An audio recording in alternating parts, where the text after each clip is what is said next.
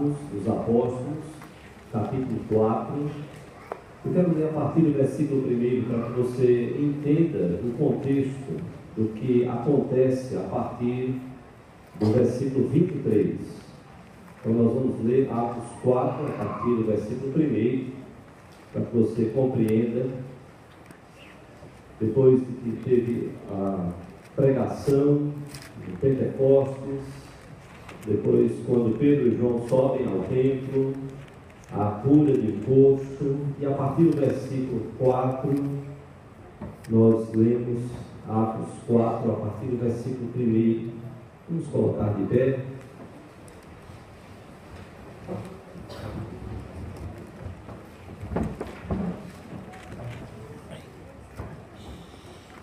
Nos diz a palavra de Deus, Atos 4, a partir do versículo 1. Falavam eles ainda ao povo, Pedro e João, quando sobrevieram os sacerdotes, o capitão do templo e os saduceus, ressentidos por ensinarem eles o povo e anunciarem em Jesus a ressurreição dentre os mortos, e os prenderam, recolhendo-os ao cárcere até o dia seguinte, pois já era tarde. Muitos, porém, os que ouviram a palavra aceitaram, subindo o número de homens a quase 5.000.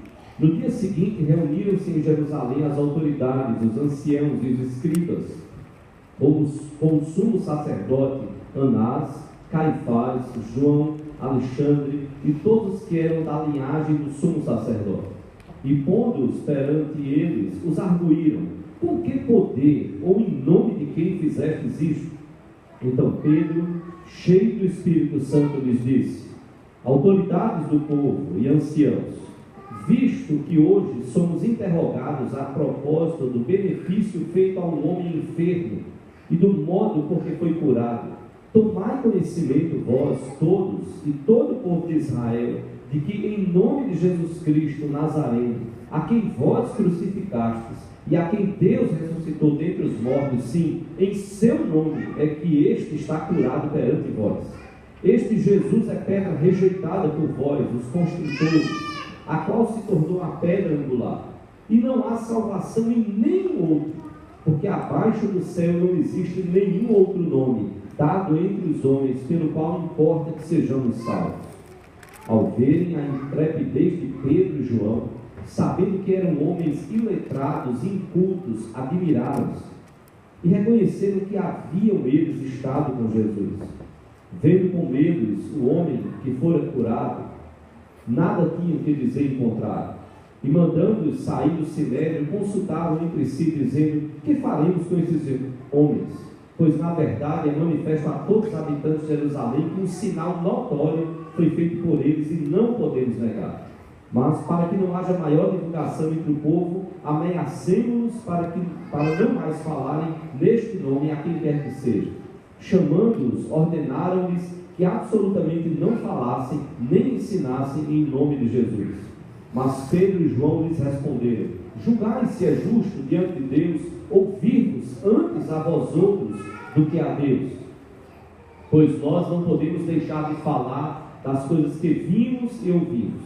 Depois, ameaçando-os mais ainda, os soltaram, não tendo achado como os castigar por causa do povo, porque todos glorificavam a Deus pelo que acontecera. Ora, tinha mais de 40 anos aquele em quem se operara essa cura milagrosa. Agora eu chamo sua atenção para estes versículos, a partir deste versículo 23. Uma vez soltos, naturalmente Pedro e João procuraram os irmãos e lhes contaram quantas coisas lhes haviam dito os principais sacerdotes e os anciãos.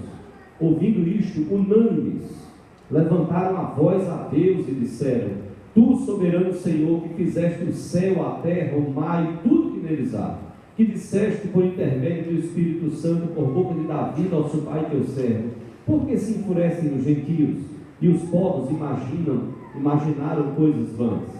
Levantaram-se os reis da terra e as autoridades ajuntaram-se a uma contra o Senhor e contra o seu ungido, porque verdadeiramente se ajuntaram nesta cidade contra o teu santo servo Jesus, ao qual ungistes Herodes e Pôncio Pilatos, com gentios e gente de Israel, para fazerem tudo que a tua mão e o teu propósito predeterminaram. Agora, Senhor, olha para as suas ameaças e concede aos teus servos que anunciem com toda a intrepidez a tua palavra, enquanto estendes a mão para fazer curas, sinais e prodígios por intermédio do nome do teu santo servo Jesus. Tendo eles orado, tremeu o lugar onde estavam reunidos. Todos ficaram cheios do Espírito Santo e com intrepidez anunciavam a palavra de Deus. Nós vamos orar ao Senhor. Eu quero convidar as crianças à frente, as suas professoras e professores.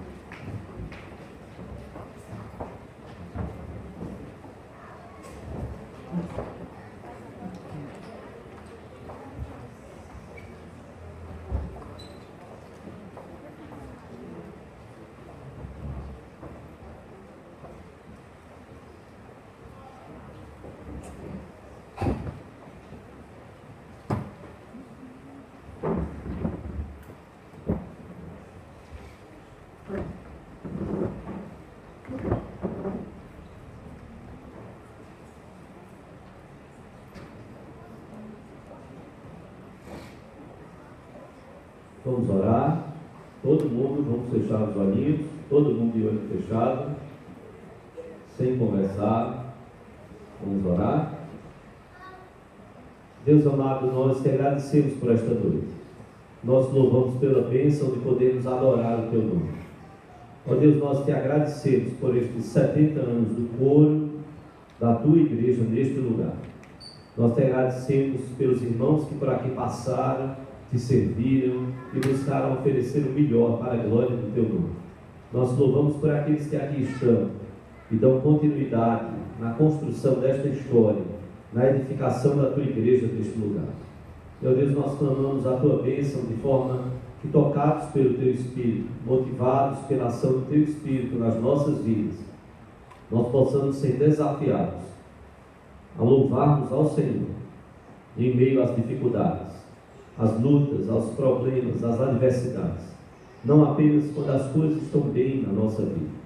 Ó Deus, que nós possamos também ensinar ao povo, no meio do qual nós vivemos, que o nosso Brasil precisa voltar os olhos para ti, ó Deus, para a tua palavra, de onde vem toda a felicidade do Senhor, do teu trono de graça.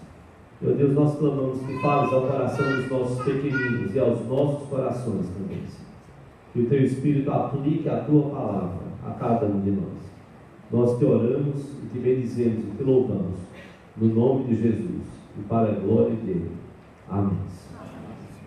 Podemos sentar.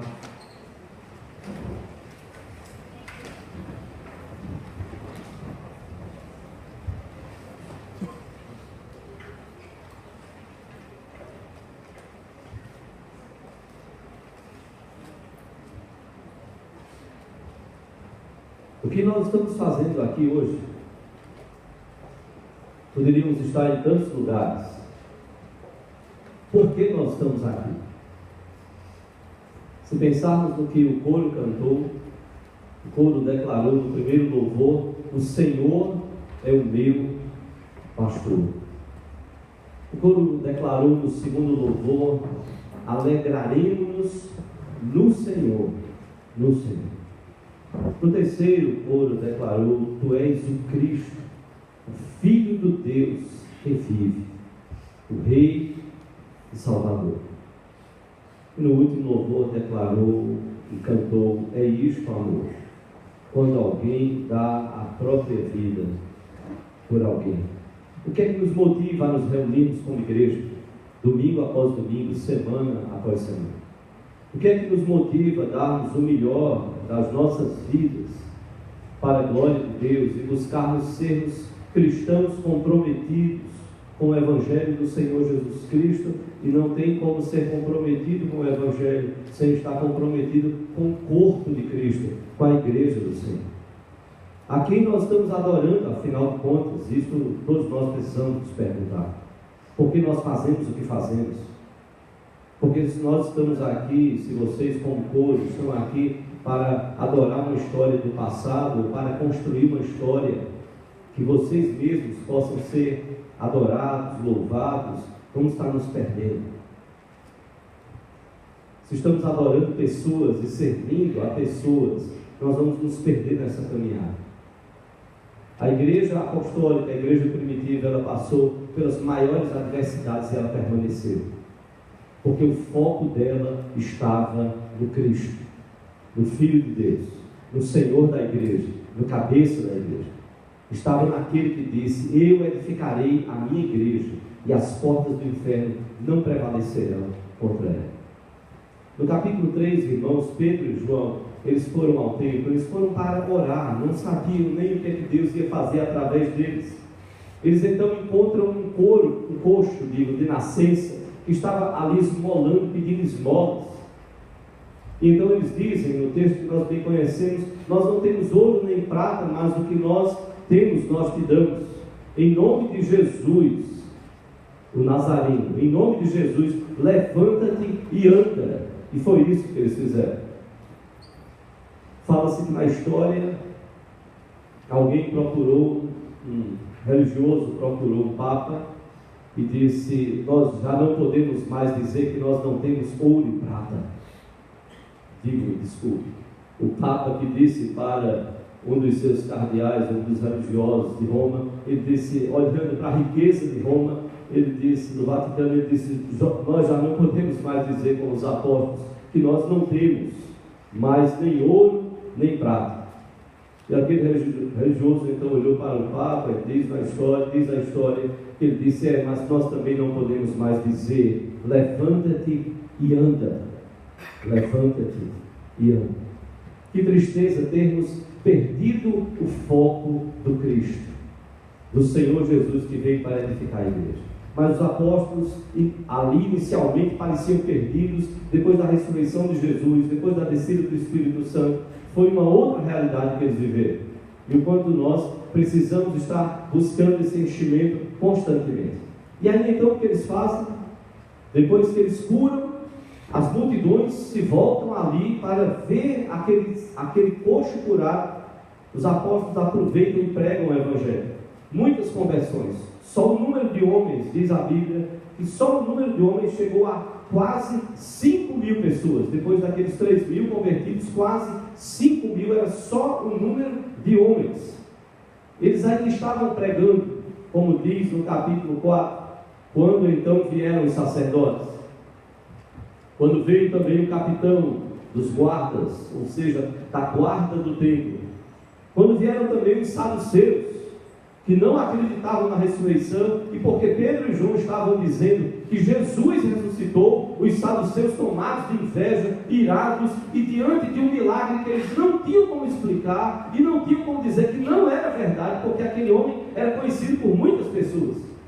Era um homem de mais de 40 anos de existência, e era coxo de nascença, não tinha como negar, o homem estava curado. Os saduceus vieram e todos esses religiosos prenderam a Pedro e João. No dia seguinte, o Sinédrio, que era como se fosse o Supremo Tribunal dos judeus, o Sinédrio se reúne. Eles ouvem o testemunho de Pedro, que a Bíblia faz questão de dizer, e Lucas registra aqui, pela ação do Espírito Santo, inspirado pelo Espírito, ele registra que Pedro falou cheio do Espírito Santo. E sobre quem Pedro fala? Sobre Jesus. Pedro vai com um discurso e uma pregação forte, duríssima. Nós fizemos, vocês não querem saber em nome de quem nós fizemos? Vocês não querem saber como é que esse homem está curado? A Jesus, que vocês crucificaram, é no nome dele que ele está curado. Foram vocês que crucificaram. Deus o ressuscitou. Vocês o colocaram numa cruz, Deus tirou. Ele foi colocado no túmulo, mas não ficou no túmulo. Deus ressuscitou. Se vocês querem saber em nome de quem, não é em nosso nome, mas é em nome do Jesus a quem vocês rejeitaram, a quem vocês crucificaram. Deus ressuscitou. Que coisa tremenda. E agora o que é que faz o Sinédrio dentro de um negócio daquele? Eles ameaçam a Pedro e João para não mais falarem no nome do Senhor Jesus Cristo. Mas os apóstolos, eles se recusam. Eles dizem ali ao Sinédrio: atendei vós as vossas próprias palavras, pensem no que vocês estão dizendo. Como nós vamos deixar de falar no nome de Jesus? Não tem como. Como nós vamos obedecer a vocês? Não. Nós vamos obedecer a Deus. Nós fomos chamados para proclamar o Senhor Jesus Cristo. Não há como não falar. Os apóstolos se recusaram a ficarem calados. E sem castigo, por causa do medo que o Sinédrio teve do povo que estava glorificando a Deus pelo milagre, é que eles são soltos, ainda que debaixo de ameaças, de mais ameaças. E o que fazem Pedro e João? Vão para casa assistir o Faustão? Você vai dizer: não, pastor, não tinha Faustão naquela época. O fantástico? Não, eles têm que testemunhar de algo tremendo e fantástico que havia acontecido. Vão para casa assistir jogo enquanto a igreja está reunida e adorando ao Senhor? Não. A Bíblia é clara. Eles procuram a igreja. O versículo 23 é muito claro. Lucas registra isso. 4:23. Uma vez soltos, procuraram os irmãos e lhes contaram quantas coisas lhes haviam dito os principais sacerdotes e os anciãos. E o que faz essa igreja? O que faz esta igreja? Versículo 24. Diz então: ouvindo isto, unânimes, todos eles que estavam lá, levantaram a voz a Deus e disseram: essa igreja vai orar ao Senhor. Essa igreja está reunida. Esse povo não está espalhado, porque os apóstolos estavam presos. Eu fico pensando, se pastores de várias igrejas fossem presos, o que você faria? Correria para casa e zap, olha, os pastores foram presos, cada um fica em casa, não sai. Se a gente for lá para a igreja orar, a gente pode ser preso também. O que é que você faria? Porque se quantas vezes nós temos liberdade de estarmos aqui e não aproveitamos, o que é que você faria em meio à adversidade? A oração da igreja é um louvor a Deus. E olhando e estudando e pensando nesse texto nessa semana, esse texto ficou queimando a semana toda no meu coração. O que é que eu faço em meio à dificuldade? Eu lamento, eu reclamo, eu murmuro, eu acuso, eu condeno. O que é que eu faço? E por que eu estou trazendo tudo isso nessa noite? É porque olhando para os 70 anos, nós temos que pensar em louvar a Deus. Nós nos deixamos levar muitas vezes pelos nossos problemas. Você quer saber quem tem problema? A igreja primitiva tem problema. Eu nunca saí, ao longo de todos esses anos da minha casa, eu nunca saí sob ameaça de morte. Nunca. 50 anos de existência, 5 décadas, eu não tenho nenhuma história dos meus pais que diga: filho, uma vez, você era muito pequenininho, você não sabe disso, mas nós fomos adorar, mas olha, tem um vizinho que disse: se vocês saírem de casa, eu mato vocês. Ou outra, vocês vão lá para a igreja, né? Pode se preparar, viu? Porque quem entrar naquela igreja ali, hoje à noite tem uma turma aqui da cidade que vai matar vocês tudinho lá dentro. Sei que é isso. Mas nós muitas vezes nos deixamos levar por tantos outros motivos. Olhar para os 70 anos de existência do coro é pensar nas lutas e dificuldades que o coro passou ao longo de todos esses anos. E novamente eu pergunto: o que é que você faz na dificuldade? São vários e vários textos, várias colocações de pastores, de líderes e até de irmãos. Dizem: some da igreja. O pastor que vai olhar e fazer um levantamento de que irmãos não estão mais vindo na igreja. O que é que nós fazemos na dificuldade? Na dificuldade, meu irmão, faça como Pedro e João. Reúne-se com o povo de Deus. O povo de Deus está reunido, é o seu lugar. Porque reunir-se com o povo quando está tudo bem, quando está tudo festa, quando as contas estão pagas, é uma maravilha. Mas no meio da dificuldade é quando nós somos provados. Louve a Deus na dificuldade. Nós temos dois movimentos na teologia que têm sido extremamente danosos. Um deles é chamado deísmo. Resumindo, Deus criou tudo, Deus é relojoeiro, criou o relógio, deu corda e disse: agora te vira. Ou seja, Deus criou tudo, criou todas as leis, estabeleceu tudo e disse: agora, problema, não vou intervir. É a ideia do deísmo, com D de dar, deísmo. Deus criou e aí soltou a sua criação. Mas há uma outra ideia que está muito presente, e às vezes a gente pode nem se dar conta da influência, que é chamada de teísmo aberto. Teologia, Deus, o estudo sobre Deus, sim, mas o teísmo aberto, ele tem uma ideia terrível.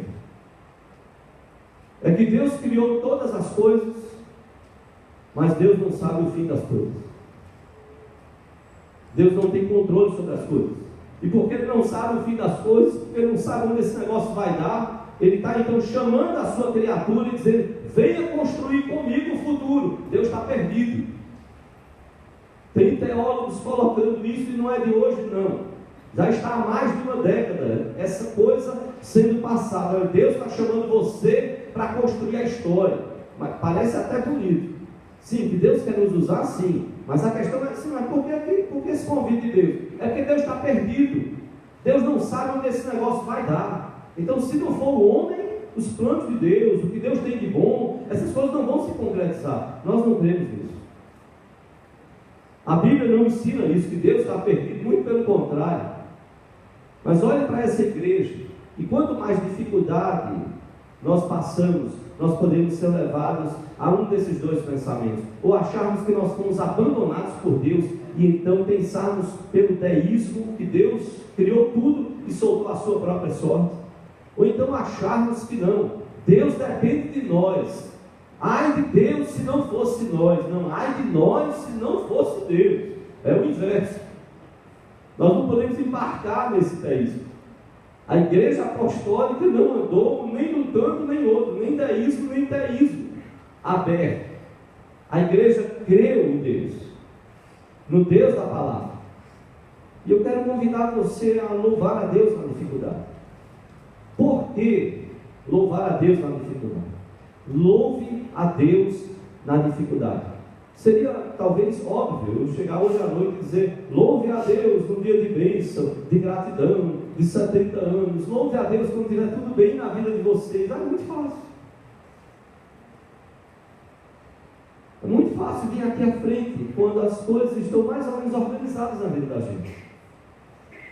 É muito fácil abrir os lábios, sorrir quando as coisas estão mais ou menos organizadas.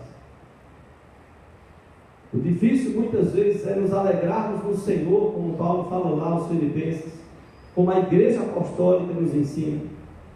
Quando nós temos lutas, embates, problemas, dificuldades, quando estamos às vezes até passando por eles, vivenciando, e nós não fecharmos nossos lábios, e nós não deixarmos de adorar ao Senhor.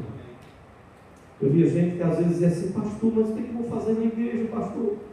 Eu vou chorar, eu vou ficar lá chorando. O que as pessoas vão dizer de mim? Os problemas das pessoas, rapaz. Você está preocupado com o que as pessoas vão dizer de você? Nem quer olhar para isso, rapaz. Vá lá derramar sua lágrima, vá adorar a Deus, vá abrir o seu coração. Não se preocupe. E outra, meu irmão, não fica na hora do louvor: está chorando por quê? Por que está chorando? O que está vendo? Qual é o problema? Se alegre. Deixa o irmão chorar, rapaz. É saudável. Eu lembro uma vez que estava com Solange, a gente estava com casais, isso há mais de 20 anos, estava com a igreja de Guararapes, num hotelzinho ali no interior, Carpina, Pousadas Acácias, e vários casais. Irmão, a gente foi cantar o louvor, eu não lembro qual foi o louvor, eu me acabei no choro, e eu estava tocando violão. Então eu tocava, não conseguia cantar, eu chorava, e eu lembro que uma vez ela só me encostou assim e fez: você está chorando? Quase que eu dizia: não, eu estou rindo. Eu sei, ela ficou preocupada comigo, ela não estava preocupada comigo.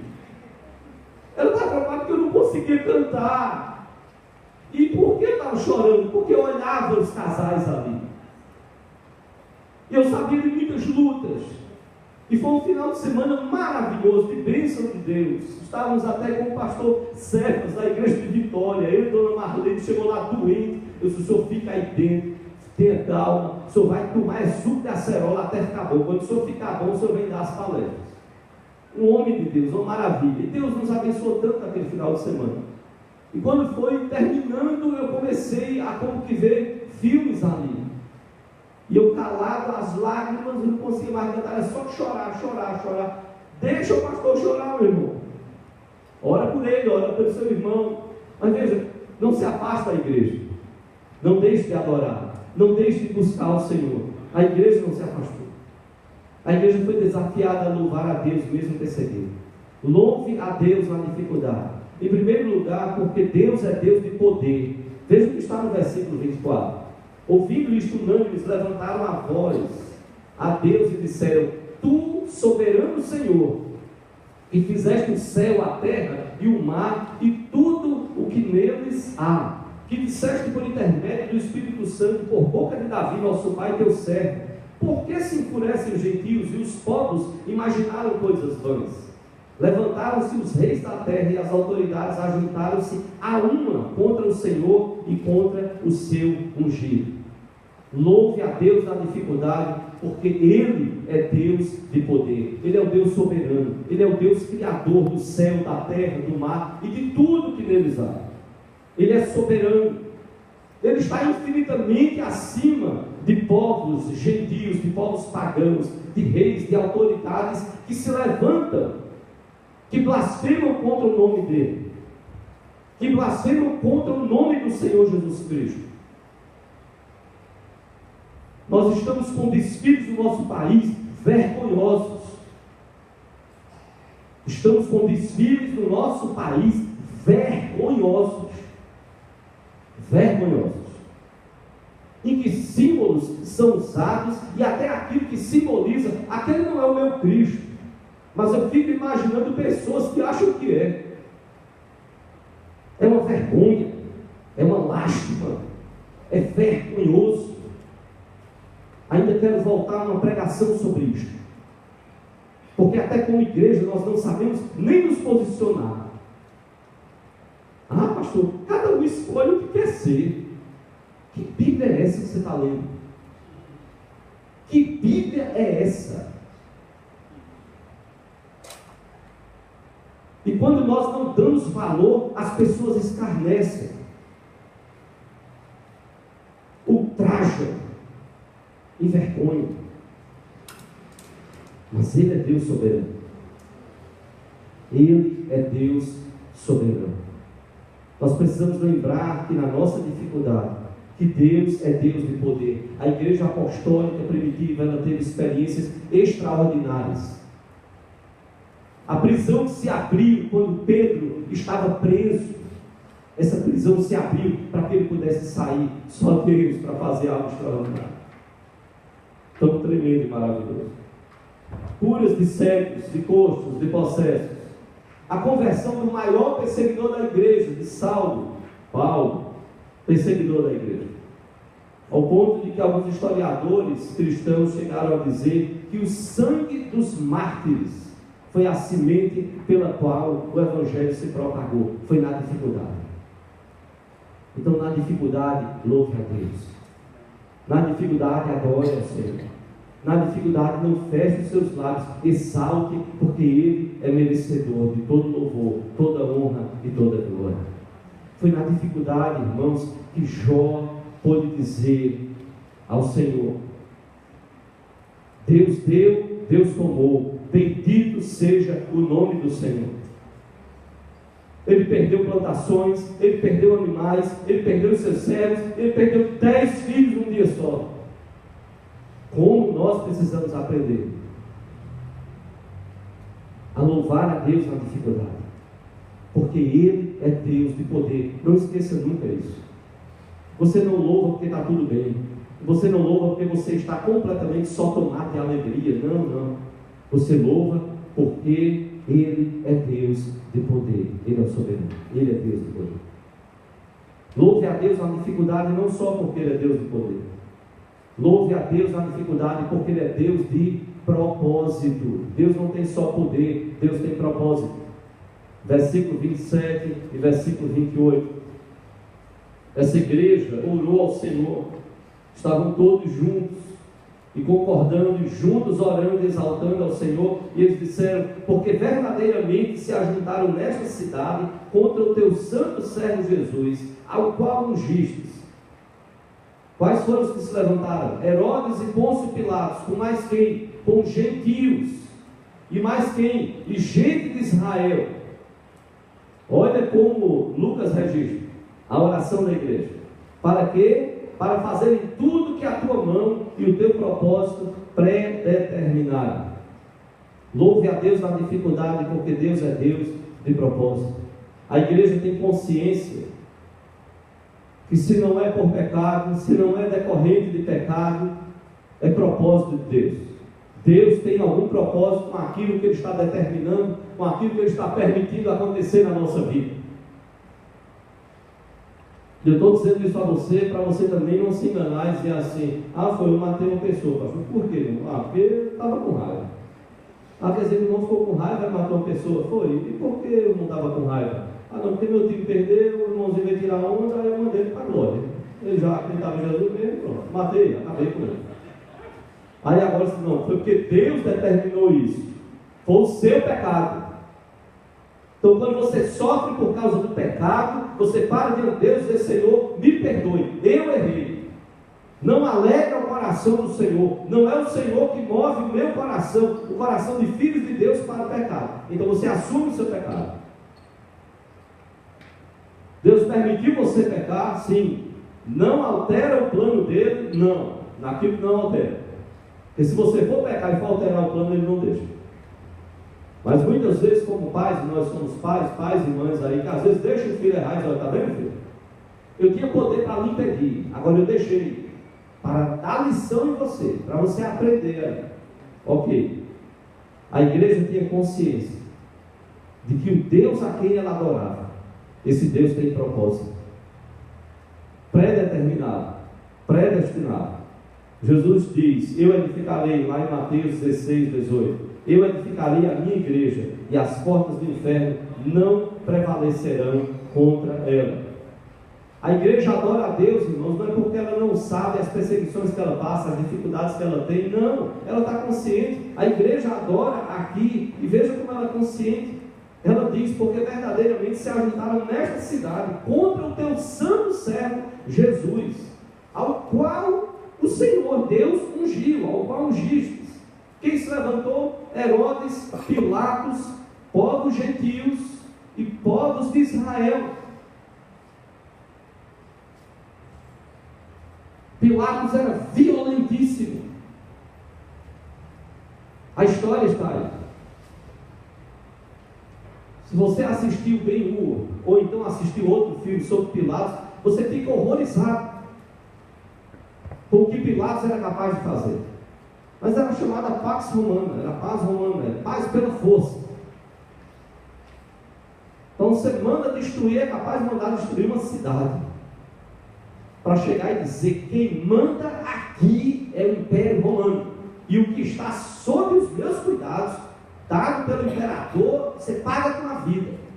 Era violento, violentíssimo. Agora você dá para ter uma ideia do que era ser igreja naquela época. Essa igreja olha e diz: Senhor, Herodes, Pilatos, gentios, povos de Israel, eles se levantaram todos contra o teu ungido, contra o teu servo Jesus, a quem tu ungiste. Mas não adianta. Sabe quem caiu? Sabe quem faliu? O Império Romano. E sabe quem continuou? A igreja. Glória a Deus por isso. Aleluia. A igreja continuou. O império ruiu, moralidade podre, famílias se acabando, a promiscuidade comendo no centro, terrível. O império ruiu, a igreja continuou na sua luta de proclamar o Evangelho do Senhor Jesus Cristo. A despeito de todas as pressões, de todas as perseguições, de todos os problemas, a igreja de Jesus prevaleceu. Eu não sei se você já viu um adesivo no carro. Já vi esse adesivo. Quando Deus quer, é assim. Dá vontade de parar e dizer assim: vem cá, o que você entende por isso aí? É só que você consegue comprar aquele carro? Não, quando Deus quer, assim. O mundo pode perseguir, o mundo pode querer fechar a igreja. Foi o que aconteceu no Império Soviético, na Rússia. O que é que acontece na China? Hoje pega até mal para a China perseguir como perseguiu quando então uma república comunista. Então a coisa hoje tem que ser um pouquinho mais disfarçada. Não, a gente não autoriza mais construção de templo assim à vontade, não é assim não. Mas a igreja lá é crescendo, crescendo, crescendo. Pessoas falando de Jesus, pessoas entregando as suas vidas ao Senhor Jesus Cristo, pessoas encarando o que Pedro falou aqui. Debaixo do céu, no céu, debaixo do céu, sobre a terra não tem nenhum outro nome pelo qual importa que sejamos salvos. É Jesus. É só por meio de Jesus. E a igreja precisa louvar a Deus, porque Deus tem propósito. Na dificuldade, louve a Deus, porque Deus tem propósitos na nossa vida. Paulo, que perseguiu tanto a igreja, que depois foi tão perseguido como cristão. Paulo é que diz lá em Romanos 12, 1 e 2: rogo-vos, pois, pelas misericórdias de Deus, que apresenteis os vossos corpos por sacrifício vivo, santo e agradável a Deus, que é o vosso culto racional. E não vos conformeis com este século, mas transformai-vos pela renovação da vossa mente, para que experimenteis qual seja a boa, agradável e perfeita vontade de Deus. Você tem que resistir, meu irmão. Você tem que resistir. Precisamos ter uma vida diferente. Precisamos encarar, estarmos como igreja, adorarmos, louvarmos, servirmos, contribuirmos, tudo de forma bíblica, não pela cabeça dos outros. Você não é piolho, você é ovelha. Então não vá pela cabeça dos outros, vá pela palavra. Ouça a palavra de Deus, busque conhecimento da palavra, para você viver segundo a palavra. A igreja estava sendo desafiada a isso. Nem sempre vai ser sofrida, nem sempre vai ser dolorida, nem sempre vai ser com lágrimas, mas quando for, quando a vida for assim, descanse. Faça como o salmista, aquietai-vos e sabei que eu sou Deus. Quando for, descanse na certeza de que Ele continua sendo bom, que Ele continua sendo Deus. Dobre os seus joelhos, busque ao Senhor, tranque-se no seu quarto, entregue a sua vida e diga: Senhor, eu não sei. Não foi por pecado, Senhor, então eu não sei por que eu estou passando isso. É a mesma oração de Jó. Mas como dizia Jó, eu sei que o meu Redentor vive. O meu Deus vive. A igreja e os seus líderes, os apóstolos, haveriam de sofrer, mas eles não desistiram de cumprir o propósito de Deus. Jamais passaria pela cabeça dos apóstolos reunidos: olha, cada um agora vai para casa. A gente já andou com Jesus 3 anos, cada um agora vai viver o Evangelho em casa. Não, eles ouviram a palavra de Jesus: eu edificarei a minha igreja e as portas do inferno não prevalecerão contra ela. Deus tem propósito. Os seus planos jamais podem falhar. Eu e você, nós não podemos desistir.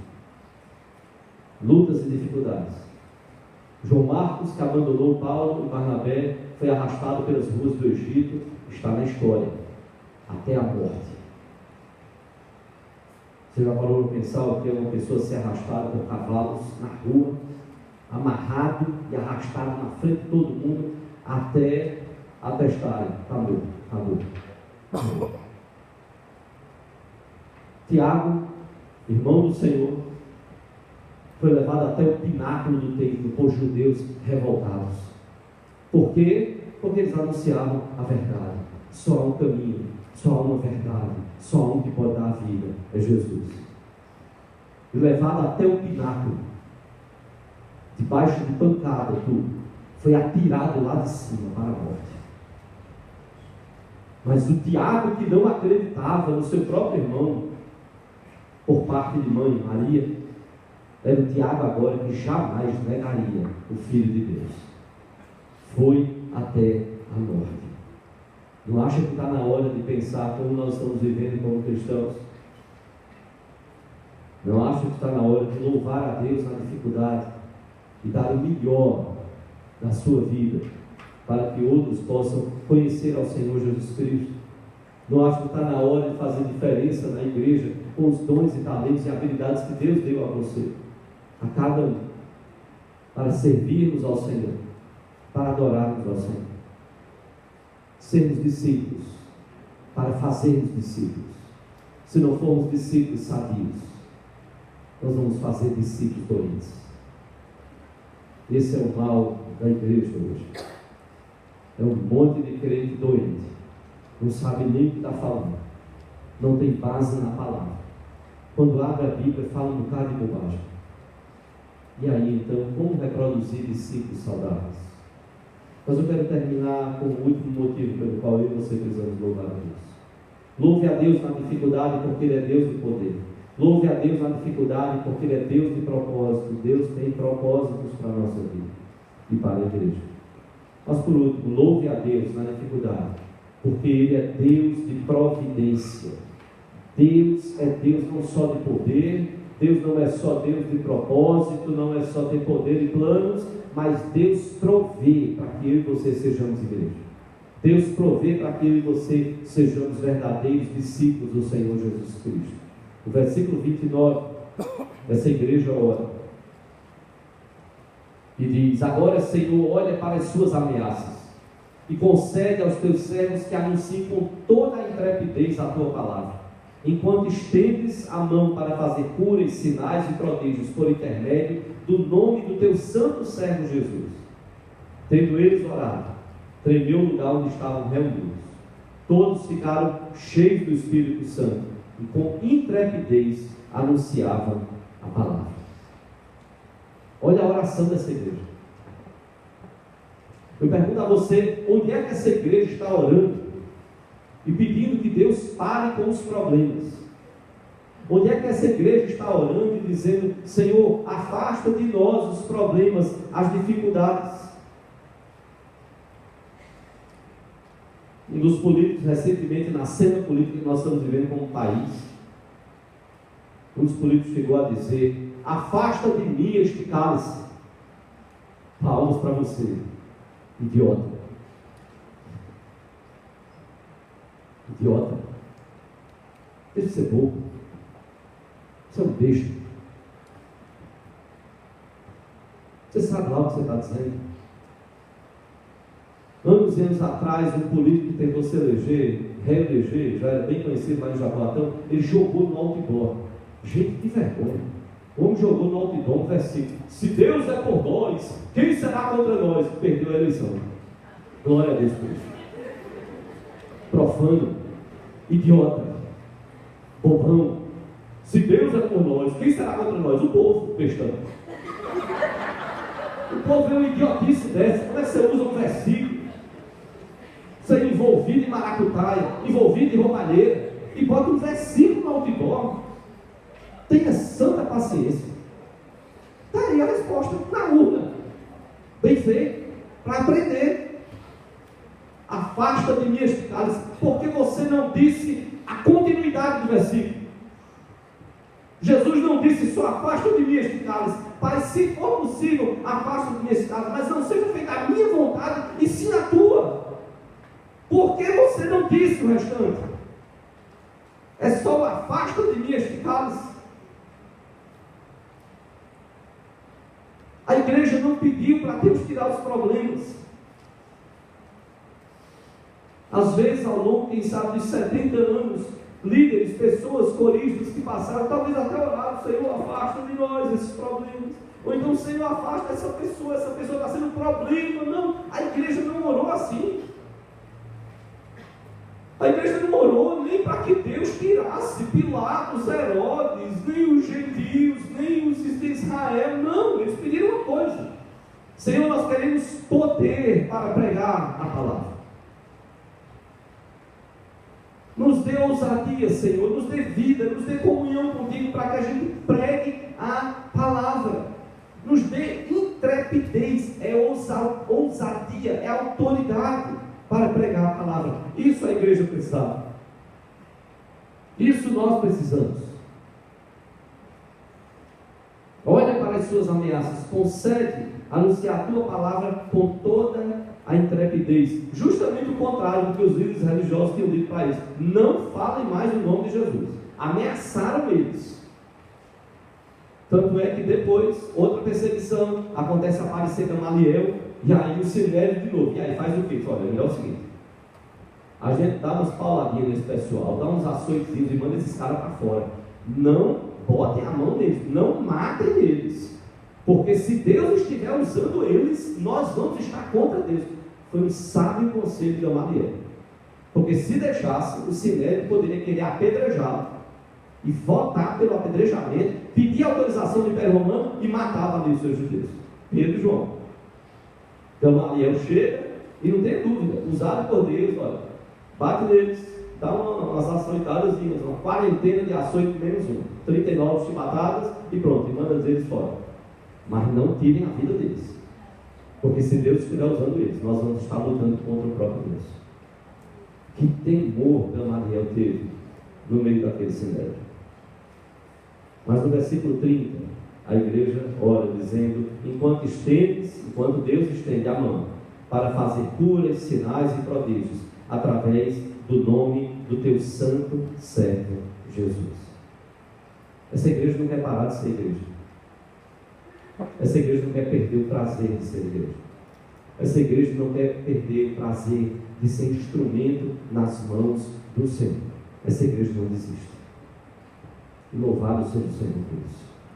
Hoje nós estamos aqui fruto de uma igreja que não desistiu de ser igreja, de cristãos que pararam com a sua própria vida. Por isso que eu estou repetindo e dizendo: pense como você está vivendo o cristianismo. O que é que o pastor está pensando? Nele. Em mim, eu tenho que me avaliar. Na igreja presbiteriana da Encruzilhada, na igreja de onde você veio, não sei. Mas somos igreja, um só rebanho, um só pastor. Qual o resultado disso tudo da igreja? O lugar tremeu. Todos ficaram cheios do Espírito Santo. E eles anunciavam com toda a intrepidez, com toda a ousadia, poder, a palavra de Deus. Essa igreja perseguida, confrontada pela dificuldade, não se rendeu. Continuou sendo igreja. Ela estava orando por isso. E Deus deu poder e autoridade para essa igreja levar a mensagem do Evangelho. Pelo que você está orando? Pelo que você está orando? Você está cheio de quê? Você está cheio de quê? Nós temos que nos perguntar. Quando os nossos conselhos, as nossas palavras não batem com a palavra de Deus, nós temos que nos perguntar de que nós estamos cheios. Nós estamos nos alimentando de quê? De que você se alimenta? Você se alimenta das águas do velho Chico? Está perdido. Vai se afogar nesse mundo. Nós precisamos do Espírito. Precisamos nos encher do Espírito.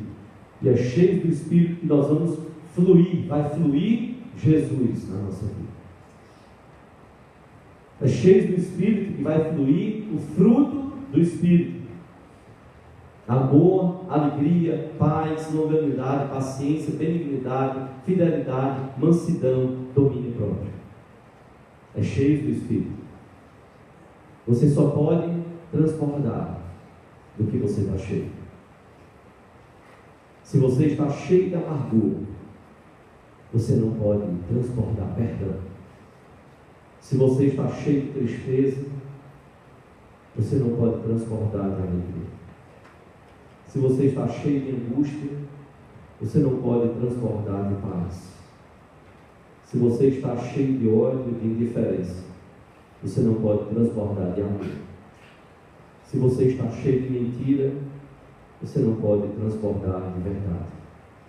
Se você está cheio de ganância, você não pode transbordar de generosidade. Se você cheira à morte, você não pode ter o perfume da vida, enquanto Jesus não mudar isso.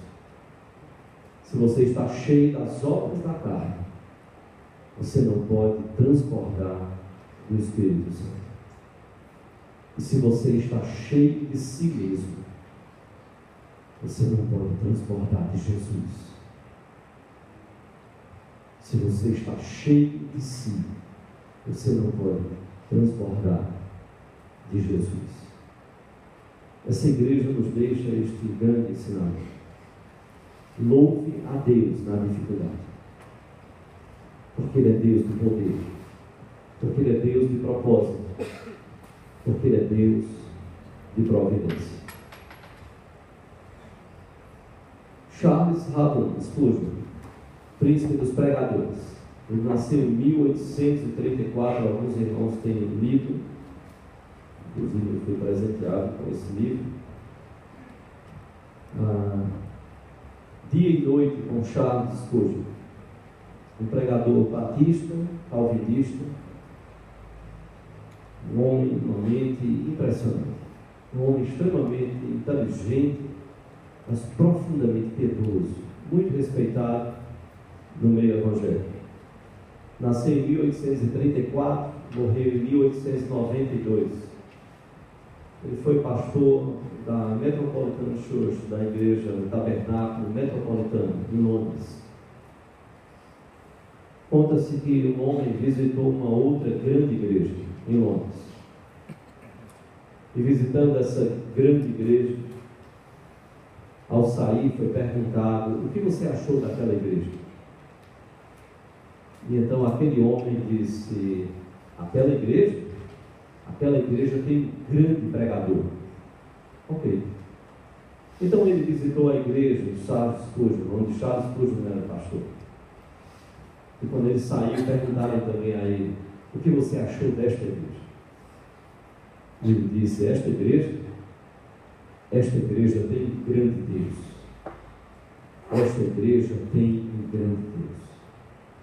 A minha oração, meu irmão, minha irmã, é que as pessoas, quando entrarem na igreja presbiteriana da Encruzilhada, elas possam sair daqui pela pregação, pelo louvor, pelo serviço em ministérios, por tudo que acontece na vida da igreja.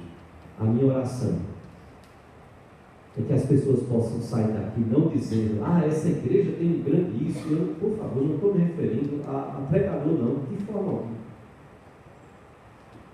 É para a gente não sair assim pensando: nossa igreja tem um grande coral, louvado seja o Senhor por isso. Deus abençoe a vida de vocês. Nossa igreja tem um grande corpo docente, louvado seja o Senhor por isso. Nossa igreja tem um excelente departamento infantil, louvado seja o Senhor por isso.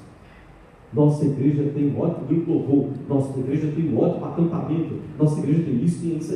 Ok, no final de tudo, quando somar tudo isso, se a pessoa não sair daqui dizendo: esta igreja tem um grande Deus, eu preciso desse Deus na minha vida, é esse vazio que precisa ser preenchido.